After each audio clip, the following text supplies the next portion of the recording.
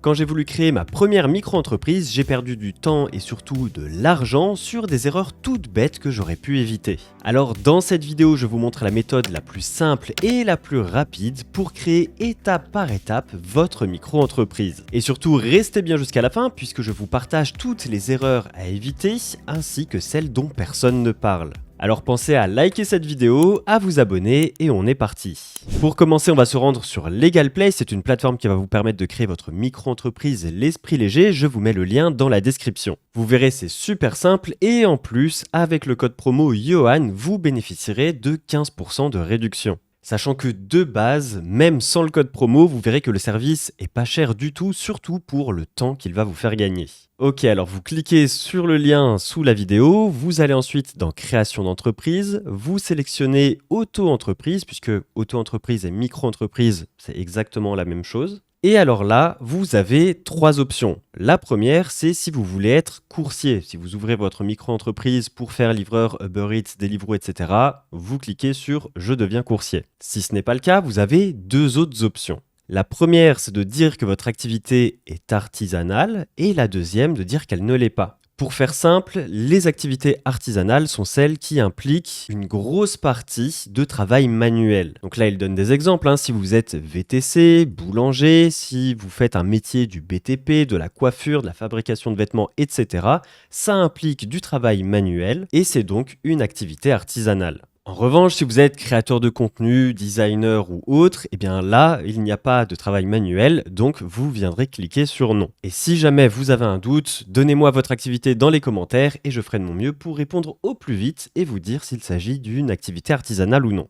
Dans mon exemple, je vais ouvrir une micro-entreprise pour faire du marketing digital, donc je vais mettre non. Ensuite, on va vous demander quand est-ce que vous voulez démarrer votre activité. Pour mon cas, c'est dès que possible. On me demande ensuite si j'ai déjà été auto-entrepreneur, je vais mettre non. Ici, on me demande si je suis sûr que je ne veux pas créer une SASU plutôt qu'une micro-entreprise. Alors oui, je suis sûr, je veux rester sur le régime de micro-entreprise. Et là, on me demande où sera fixé le siège social de ma micro-entreprise. Et là, il y a différentes choses à savoir. Puisque si vous décidez de dire que votre micro-entreprise se trouve à votre adresse personnelle, il y aura deux inconvénients. Le premier, c'est que lorsque l'on tapera votre nom et qu'on tombera sur les informations de votre micro-entreprise, votre adresse personnelle sera publique. Idem sur vos factures, vous devrez renseigner votre adresse personnelle. Donc ça, pour des soucis de confidentialité, c'est pas top top. Et le deuxième inconvénient, ça va être le montant de votre CFE. La CFE, c'est la cotisation foncière des entreprises. C'est quelque chose que vous allez devoir payer tous les ans, sauf lors de votre première année d'activité. Il y a aussi d'autres exceptions qui font que vous n'allez pas payer de CFE. La première, c'est si vous faites l'une de ces activités listées ici, ou si vous ne disposez d'aucun local et que votre chiffre d'affaires annuel ne dépasse pas les 5 000 €. Donc pour la majorité des gens, la première année, on ne paye pas de CFE et la deuxième année, le micro-entrepreneur bénéficie d'une réduction de 50% de sa base d'imposition à la CFE. Donc ça c'est cool, mais ensuite on paye le plein tarif. Et ce tarif, il va dépendre de votre chiffre d'affaires, mais aussi de la commune dans laquelle est domiciliée votre micro-entreprise. Il me semble que la moyenne sur le territoire français de CFE est de 1 000 € pour les micro-entrepreneurs. Mais si, grâce à LegalPlace, vous vous domiciliez à Paris, là où la CFE est la plus basse puisqu'elle est plafonnée, eh bien vous allez payer très peu. Par exemple, moi, en étant domicilié à Lyon et avec mon chiffre d'affaires, je payais un petit peu plus de 500 € de CFE à l'année, alors que sur Paris, je payais moins de 80 €. C'est une différence non négligeable, mais attention, il y a un piège dans lequel il ne faut pas tomber et dont peu de personnes parlent, c'est que si votre domaine d'activité relève du régime BNC, vous ne pourrez pas diminuer votre CFE. Ne vous inquiétez pas, je vais m'expliquer. Vous allez voir, c'est plutôt simple. Quand vous allez créer votre micro-entreprise, vous allez générer des revenus. Du moins, je vous le souhaite. Si ces revenus proviennent d'une activité créative et intellectuelle, ces revenus sont classifiés dans la catégorie BNC, c'est-à-dire les bénéfices non commerciaux. Tous les autres revenus seront classés dans les bénéfices industriels et commerciaux. Qu'est-ce que ça veut dire ? Eh bien, par exemple, si vous écrivez un livre et que vous vendez ce livre, ce sera du revenu BNC, puisque c'est un travail artistique et intellectuel et vous vendez votre savoir. Si vous vendez une formation, ce sera pareil, ce sera du BNC puisque vous vendez votre savoir. Or, si vous vendez un livre que vous n'avez pas écrit, que vous vendez le livre que quelqu'un d'autre a écrit, eh bien là, ces revenus finiront dans les bénéfices industriels et commerciaux, puisque ce n'est pas vous qui vendez votre œuvre, mais vous vendez l'œuvre de quelqu'un d'autre. C'est une activité commerciale. Donc normalement, ces explications devraient aider la plupart d'entre vous à déterminer si vos revenus seront plutôt BIC ou BNC. Mais si vous avez un doute, n'hésitez pas à me demander dans les commentaires, j'y répondrai. Et donc, si vous avez des revenus BIC dans votre activité de micro-entreprise, vous pouvez la domicilier à Paris, ça vous fera payer moins de CFE. En revanche, si vous n'avez que des revenus BNC dans votre micro-entreprise, vous ne pourrez pas bénéficier d'une réduction de CFE en vous domiciliant ailleurs. En revanche, même sans ça, il y a toujours un avantage à se domicilier à Paris ou à une autre adresse, même si vous ne faites que du BNC et que vous ne pourrez pas diminuer votre CFE, puisque ça vous permettra toujours de cacher votre adresse personnelle. Donc pour résumer, si vous avez du revenu BIC, domiciliez-vous à Paris sans hésiter, ça vous permettra de payer moins de CFE. Et si vous avez que des revenus BNC dans votre activité, si vous souhaitez conserver votre adresse personnelle privée, eh bien, domiciliez-vous aussi à Paris. Donc moi, c'est ce que je vais faire. Ensuite, ici, on me demande quel est mon domaine d'activité. Donc moi, dans mon cas, ce sera consultant et freelance, mais à vous de sélectionner l'option qui colle le mieux à votre activité. Ensuite, on va vous demander votre prénom et votre nom. On va vous demander votre adresse mail, votre numéro de téléphone, et ensuite on va vous demander si vous souhaitez participer à une formation certifiante pour booster votre micro-entreprise. C'est une formation payante, personnellement, je n'y ai jamais assisté, je ne sais pas ce qu'elle vaut, mais si ça vous intéresse, libre à vous d'accepter, ce n'est pas mon cas. Ensuite, on me demande ce que je veux. Alors moi, dans mon cas, c'est lancer mon activité en déléguant toutes les démarches. Ça m'évite toute la paperasse, etc. Et c'est la grosse plus-value de Legal Place. Mais si vous avez des besoins de comptabilité ou de conseils juridiques, vous pouvez cocher les deux autres cases aussi. Donc moi, je mets continuer. Et là, vous avez deux packs à votre disposition. L'un à 59 € hors taxe et l'autre à 99 € hors taxe. Le pack standard peut largement faire l'affaire pour beaucoup d'entre vous, mais le pack Express 24 heures a quelques avantages, notamment le fait qu'il est traité en 24 heures. Donc si jamais vous souhaitez que votre entreprise soit créée le plus vite possible, parce que vous avez un besoin urgent, ça peut être un argument. Mais le deuxième argument de taille pour opter pour ce pack, c'est l'aide à l'obtention de l'ACRE. L'ACRE, c'est quoi? C'est un dispositif qui va vous permettre de payer 2 fois moins de cotisations sociales pendant presque un an. Plus précisément jusqu'à la fin du 3e trimestre civil suivant la date du début d'activité déclarée. Donc là, il donne un exemple avec un commerçant dont le montant des cotisations sociales correspond à 12,3% de son chiffre d'affaires. Eh bien, s'il démarre son activité le 3 juin 2025, s'il est éligible à l'ACRE, et ça on y reviendra juste après, eh bien le montant de ses cotisations sont réduites de 50% jusqu'au 31 mars 2026. Donc au lieu de payer 12,30% de cotisation sociale, il ne paiera que 6,15%. Donc ça, c'est quand même sacrément bien, mais pas tout le monde n'y est éligible. Et donc là, on y vient, pour être éligible à l'ACRE, il faut cocher une de ces cases. Donc là, je vous laisse mettre pause, faire une capture d'écran, vérifier point par point si vous êtes éligible à l'ACRE ou pas. Mais si c'est le cas, je vous conseille de prendre le pack Express 24 heures pour que la demande de l'ACRE soit inclue dans votre dossier fait par Legal Place. Et si vous y êtes bien éligible, le prix, le surplus ici payé pour le pack Express 24 heures sera normalement, si vous faites un minimum de chiffre d'affaires, largement rentabilisé. Donc moi, je ne suis pas éligible à l'ACRE, donc je choisis le pack standard. Là, on me demande encore une fois si je veux bel et bien domicilier ma micro-entreprise à Paris. Moi, je veux, et je choisis ici si je préfère payer cet abonnement de façon mensuelle ou annuelle. Donc mensuel, vous allez payer plus cher, mais vous n'avez aucun engagement, vous quittez quand vous voulez.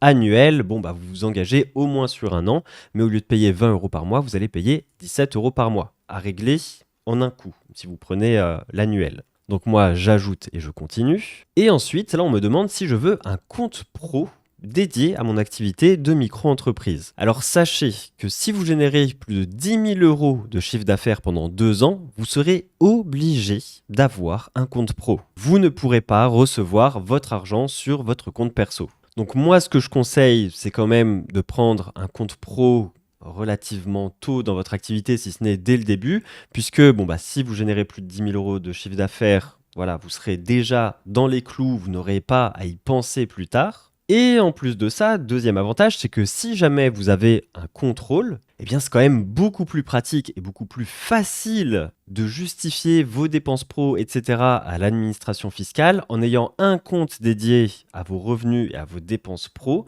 Donc là, Legal Place nous en propose un directement à 9 euros par mois à régler annuellement.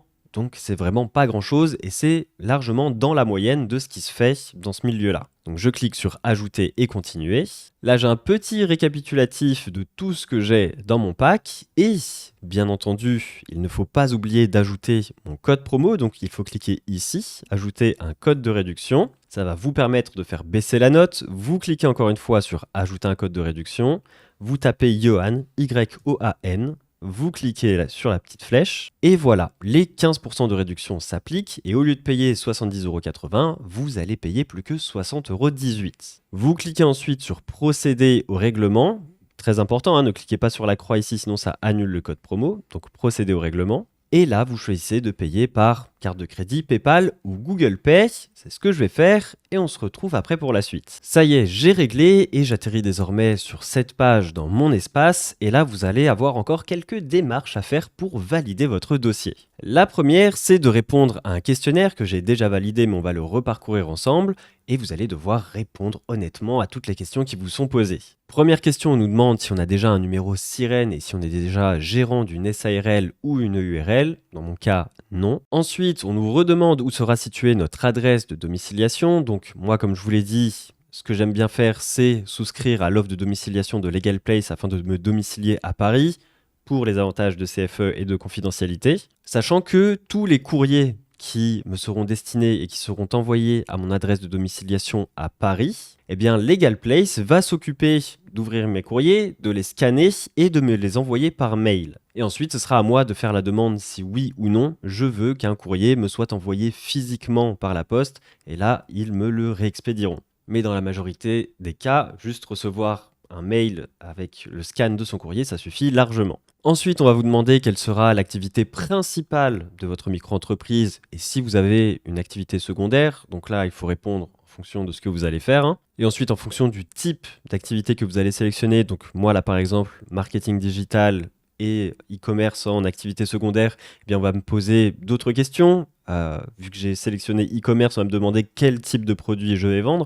Donc en fonction de ce que vous allez mettre, vous aurez peut-être d'autres questions auxquelles répondre. Ensuite, on va vous redemander vos informations d'identité, nom, prénom, civilité, si vous êtes marié ou non, etc. Ensuite, on va vous demander vos coordonnées, donc votre numéro de téléphone, votre adresse. Et là, même si vous avez sélectionné le service de domiciliation, il faut rentrer votre adresse personnelle vraiment à vous, puisque c'est à cette adresse que seront redirigés les courriers lorsque vous souhaitez une redirection, votre adresse mail, etc. Ensuite, là on en vient du coup à la domiciliation. Vous avez tous les détails et toutes les options que vous voulez ajouter ou pas à votre domiciliation. Donc là, moi j'ai sélectionné que les courriers soient réexpédiés à mon adresse personnelle lorsque je le souhaite. Et ensuite, on me demande si je veux recevoir tous les originaux de mes courriers par voie postale. Donc moi j'ai mis non, je veux juste recevoir les scans. Et ensuite, si jamais je le souhaite, je peux manuellement moi-même demander à ce qu'un courrier en particulier soit réexpédié ou non. On me demande aussi si je souhaite bénéficier de 15% de réduction en optant pour le paiement annuel. Moi, ça oui, parce que je sais que je vais en avoir besoin à l'année, donc je préfère payer d'un coup, certes, mais moins cher au total que si je payais tous les mois. Ensuite, avez-vous un justificatif de domicile à mon nom? Oui. Sur la page suivante, on me demande où je paye mes impôts et si je suis une personne politiquement exposée. Donc, je suis en France, je paye mes impôts en France et non, je ne suis pas une PPE. Ensuite, on va vous demander des informations sur votre sécurité sociale. Donc là, vous allez rentrer votre numéro de sécurité sociale. On va aussi vous demander votre régime d'assurance maladie actuel. Donc pour la grande majorité d'entre nous, c'est le régime général. Mais si vous vous reconnaissez dans un des autres régimes, sélectionnez-le. Et enfin, on va me demander si je serai, en même temps que mon activité de micro-entrepreneur, salarié, salarié agricole, retraité, etc. Donc là, à vous de cocher ce qui est le plus pertinent pour vous. Et on va aussi vous demander une estimation de votre chiffre d'affaires pour la première année. Donc là, ça ne vous engage en rien, hein. Vous sélectionnez vraiment la fourchette que vous estimez. Si vous tombez pas dedans au bout de la première année, c'est pas grave.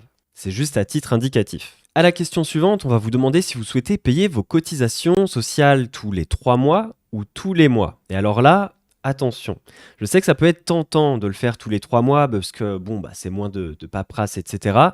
Mais la réalité, c'est que personnellement, je préfère le faire tous les mois, comme ça au moins je suis sûr que tous les mois, voilà, je me mets un rappel et je sais que tous les mois je dois le faire, alors que tous les 3 mois, je pense que je peux oublier plus facilement parce qu'il y a des mois où je vais devoir faire la déclaration, des mois non. En plus de ça, je trouve que c'est plus facile d'un point de vue organisationnel de le faire tous les mois parce que bon, voilà, je reçois tout au long du mois de l'argent pour mes prestations de micro-entrepreneur. À chaque fois que je reçois de l'argent, je mets de côté ce que je vais devoir payer en cotisation et je sais qu'à la fin du mois, hop, ça disparaît de mon compte et on n'en parle plus. Alors que si c'est tous les 3 mois, il faut savoir voilà, que pendant 3 mois, on va accumuler de l'argent d'un côté qu'on va devoir payer en cotisation sociale. Faut pas se mélanger les pinceaux, faut bien calculer, faut être sûr qu'on va pas être tenté de taper dedans, etc. Et surtout, l'argument ultime pour le faire tous les mois, c'est si vous touchez aussi les allocations chômage. Puisque si c'est le cas, tous les mois, France Travail va vous demander un justificatif de revenu. Et donc si vous payez tous les mois vos cotisations sociales de micro-entreprise, vous allez recevoir une attestation de revenus de la part de l'URSSAF que vous allez pouvoir télétransmettre à France Travail pour prouver vos revenus. Donc ça pour moi très important, si vous allez toucher des allocations chômage pendant votre activité de micro-entreprise, vraiment sélectionnez tous les mois ici. Ensuite, on va vous demander si vous êtes un cas particulier. Donc là, en l'occurrence, un cas particulier qui peut vous intéresser, c'est si vous souhaitez déposer un dossier de demande d'ACRE. Encore une fois, si vous êtes éligible, il faudra cocher cette case. À la rigueur, il y a aussi la case « Je souhaite démarrer mon activité à une date future ou passée ». Si jamais vous avez déjà commencé votre activité sans avoir fait les démarches, que vous y êtes pris tard, ou si au contraire, vous préférez vous y prendre à l'avance pour démarrer votre activité dans quelques mois, il faudra cocher cette case. Et enfin, la dernière case qui peut être intéressante, c'est « Je souhaite ne pas opter pour le versement libératoire de l'impôt sur le revenu ». Et ça, c'est très important à comprendre puisque le versement libératoire de l'IR, ça veut dire que tous les mois, ou tous les 3 mois, en fonction de ce que vous avez coché à la page d'avant, en plus de vos cotisations sociales, vous allez aussi payer votre impôt sur le revenu. Donc au lieu de le payer à la fin de l'année, tous les ans, comme tout le monde, vous allez le payer un petit peu tous les mois ou tous les 3 mois. Et dans ce cas-là, l'impôt sur le revenu sera de 1% sur votre chiffre d'affaires. Donc dit comme ça peut paraître intéressant, sachant que pour beaucoup de personnes, l'impôt sur le revenu peut vite grimper à 8, 10, 11%.